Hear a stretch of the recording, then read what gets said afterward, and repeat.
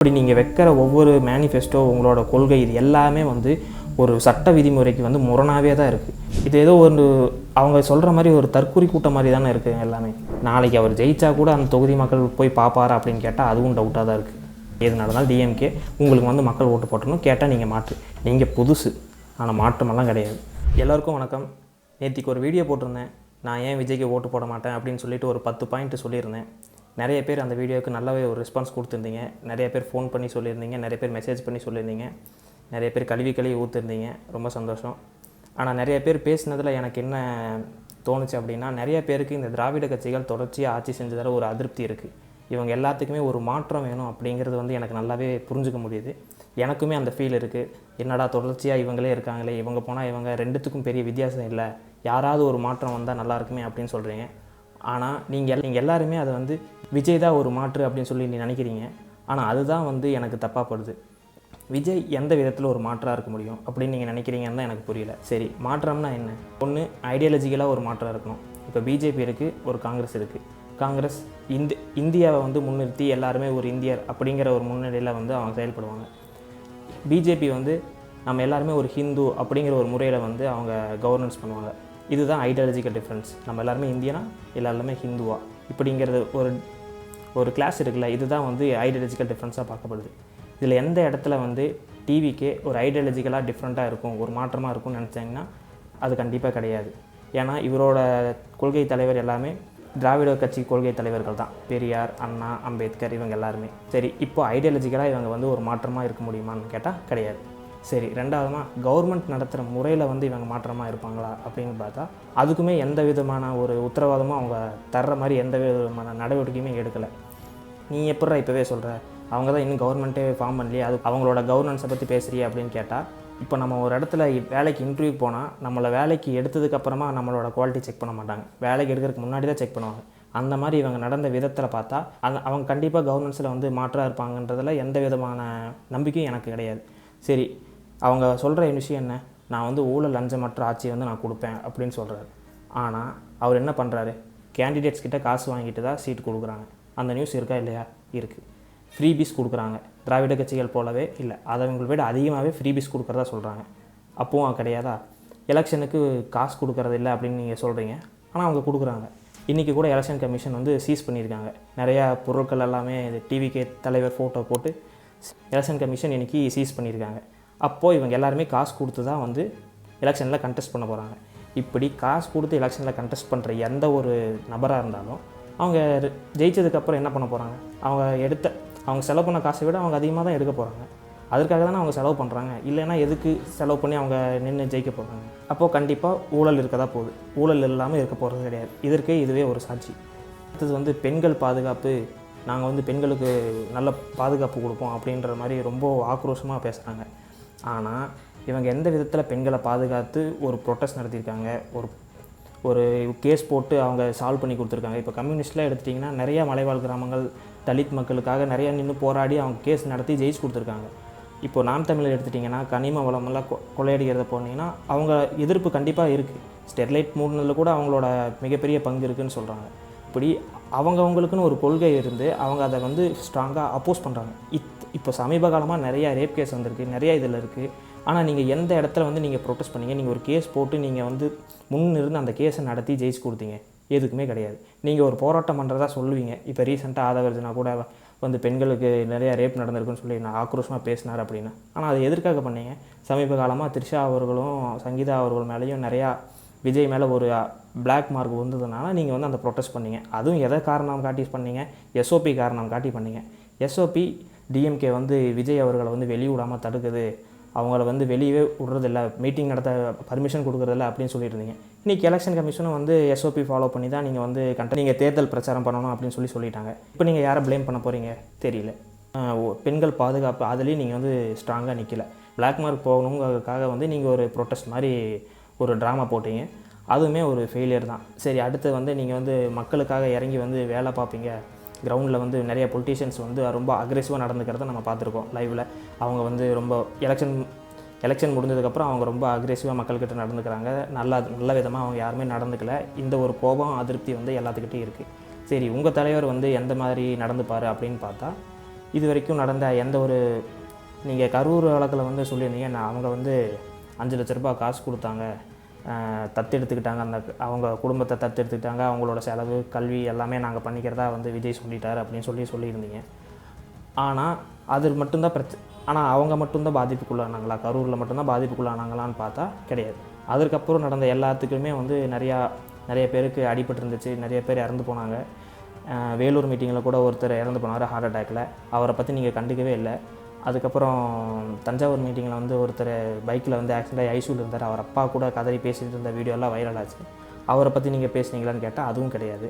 இப்போ இந்த குடும்பங்களுக்கெல்லாம் நீங்கள் வந்து யார் பொறுப்பெடுத்துப்பா அப்படின்னு கேட்டால் அதற்கு பதில் இல்லை. அந்த பிரச்சனை வந்து ரொம்ப மிகப்பெரிய அளவில் வைரல் ஆயிடுச்சு, நேஷனல் இஷ்யூவாக போயிடுச்சு. அதிலேருந்து தப்பிக்கிறதுக்காக நீங்கள் வந்து தத்து எடுத்துட்டதா அந்த மாதிரி இந்த மாதிரி எல்லாம் பண்ணிகிட்டு இருந்தீங்க. பட் இவங்களெல்லாம் சின்னதாக ஆனால் அது பிரச்சனை இல்லையா. ஆனால் எடப்பாடி அவர்கள் கொடுத்தார்ல, அவர் ஹார்ட் அட்டாக்கில் அவரோட கூட்டத்துக்கு வந்து ஹார்ட் அட்டாக்கில் இறந்தவருக்கு கொடுத்தாரா இல்லையா? இந்த மாதிரி உங்களோட மீட்டிங்கில் கலந்துக்கிட்ட எல்லாத்துக்கும் பாதிப்பு ஏற்பட்டவங்களுக்கு எல்லாத்துக்குமே நீங்கள் சமமாக தான் நீங்கள் பார்த்துருக்கணும். அது என்ன கரூரில் இருக்கவங்களுக்கு மட்டும் நீங்கள் தத்து எடுக்கிறது, அவங்களுக்கு மட்டும் காசு கொடுக்குறது? அப்போது அதுவுமே ஒரு அரசியலுக்காக தான் நீங்கள் பண்ணுறீங்க. அடுத்து பெண் உரிமை, பெண் சுதந்திரம், பெண்களுக்கான பாதுகாப்பு, சம உரிமை அப்படின்லாம் பேசிட்டு உங்களோட ஒய்ஃபை வந்து நீங்கள் ஒர்த் இல்லைன்னு சொல்கிறீங்க. சரி, அவரோட ஒய்ஃப் டிவோர்ஸ் கேஸ் வந்து பர்சனல் இஷ்யூ, நம்ம அதில் போகக்கூடாது. எலெக்ஷன் கமிஷன் ரூல்ஸ் படியும் நம்ம அதை வந்து பிரச்சாரத்தில் எடுத்து வைக்கக்கூடாது. கரெக்ட், நான் ஒத்துக்கிறேன். இப்போது உங்களோட ஒய்ஃபை வந்து எல்லாருமே ஸ்லெட் ஷேமிங் பண்ணாங்களா இல்லையா? த்ரிஷா அவர்களை பண்ணாங்களா இல்லையா? இது உங்களோட நண்பராகவே இருக்கட்டும், அவங்க உங்களோட ஒய்ஃப் தானே, உங்களோட நண்பர் தானே. நீங்கள் ஒரு ஸ்டேட்மெண்ட் விட்டுருந்தீங்கன்னா இந்த பிரச்சனை சால்வ் ஆகிருக்குமா இல்லையா? ஆதவர்ஜுனா ரஜினி அவர்களை பற்றி பெருசாக தவறாலாம் எதுவும் பேசலை. ரஜினி அரசியல் வராததுக்கு காரணம் டிஎம்கே தான் அப்படின்னு சொல்லியிருந்தார். நிறையா பேர் வந்து அதற்கு ஆப்போசிட்டாக பேசினதுக்கப்புறம் ரஜினி அவர்கள் ஒரு ஸ்டேட்மெண்ட் கொடுத்து அதுக்கு 2 போட்டாரா இல்லையா? நேத்திக்கு சிவி சண்முகம் அவர்கள் வந்து நயன்தாராவை பற்றி ஒரு சின்னதாக ஒரு தப்பாக பேசிட்டார். அதற்கு மதியானமே வந்து ஒரு மன்னிப்பு கேட்டு அதற்கு ஒரு எண்டு வச்சாரா இல்லையா? நயனா நாகேந்திரன் த்ரிஷாவை பற்றி பேசினதுக்கு மன்னிப்பு கேட்டாரா இல்லையா? அது மன்னிப்பு கேட்டதுக்கப்புறம் அந்த பிரச்சனை சால்வ் ஆச்சா இல்லையா? ஆனால் நீங்கள் வந்து இதை வளர்த்துக்கிட்டே தானே போகிறீங்க. இன்னும் வரைக்குமே நீங்கள் எந்த விதமான மன்னிப்பும் கேட்கல, அதற்கு ஒரு விளக்கமும் கொடுக்கல. ஆனால் இது வந்து ஒரு பெரிய இஷ்யூ ஆனதை நீங்கள் என்ஜாய் தானே பண்ணிகிட்டு இருந்தீங்க. அதை இப்படி பண்ணக்கூடிய நீங்கள் எந்த விதத்தில் வந்து நீங்கள் வந்து பெண் உரிமை, பெண் பாதுகாப்புன்னு பேசுகிறீங்கன்றதான் எனக்கு புரியல. சரி, மாற்றம்னா விஜய் எந்த விதத்தில் மாற்றம்னு சொல்லுங்கள். மாற்றமாக வராரு, எந்த விதத்தில் மாற்றமாக வராருன்னு அதற்கு யாருமே பதில் சொல்கிறதில்ல. சும்மா அவர் மாற்றம், இவங்க வந்து டிஎம்கே பீரியடில் வந்து கஸ்டடி டெத் அதிகமாக நடக்குது, ரேப் அதிகமாக நடக்குது அப்படின்னா, சார் கேஸு போடுறதே வந்து இத்தனை கேஸ் வந்து எஃப்ஐஆர் ஆகிருக்கு, இத்தனை கேஸ் வந்து இது ஆயிருக்குன்னா இத்தனை கேஸ் அவங்க எடுத்திருக்காங்க. எந்த கேஸுமே நாங்கள் எடுக்க மாட்டோம்னு சொன்னது கிடையாது. நீங்கள் மற்ற ஸ்டேட் போய் பார்த்தீங்கன்னா நிறைய பேர் அந்த கேஸே எடுக்க மாட்டாங்க. இவ்வளோ நம்ம ஸ்டேட்டில் வந்து இவ்வளோ க்ரைம் நடந்துச்சு அப்படின்னு சொல்லி ஆக்ஷனே எடுக்க மாட்டாங்க. ஆனால் இங்கே எல்லாருமே ஆக்ஷன் எடுக்கிறாங்க. நான் வந்து இது வந்து தப்பு அப்படின்னு நான் சொல்ல வரல. ஆனால் ஆக்ஷன் எடுத்து உடனுக்குடனே வந்து ஒரு ரிசல்ட் வருது. இப்போது ஒரு கோயம்புத்தூரில் நடந்த ரேப் கேஸுக்கு இப்போது 3 பேருக்கும் வந்து வாழ்நாள் சிறை தண்டனை கொடுத்துருக்காங்க. இது வந்து உடனுக்குடனே ஆக்ஷன் எடுத்துக்கிட்டு தான் இருக்காங்க. நான் இப்போ வந்து டிஎம்கேக்கு சப்போர்ட் பண்ணலை, ஆனால் ஆக்ஷன் எடுக்கிறாங்கன்னு தான் சொல்கிறேன். இப்போ விஜய் அவர்கள் வந்தால் மட்டும் என்ன மாற்றமாக கொண்டு வர போகிறார்? ரேப்பே நடக்காமல் பார்த்துப்பாரா? க்ரைமே நடக்காமல் பார்த்துப்பாரா அப்படின்னு கேட்டால், இவரோட மீட்டிங்லேயே அதிகப்படியான க்ரைம் நடந்துக்கிட்டு இருக்குது. அதவே அவரால் பார்த்துக்க முடியலைங்கும் போது தமிழ்நாட்டில் இருக்க க்ரைமை அவர் எப்படி நடத்துவார்?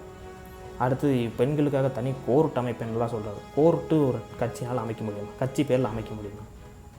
அடுத்து வந்து சாதிவாரி கணக்கெடுப்பு எடுத்து நாங்கள் எல்லாருமே இது பண்ணிடுவோம் அப்படின்னா, ஒரு ஸ்டேட்னால சாதிவாரி கணக்கெடுப்பு நடத்த முடியுமா?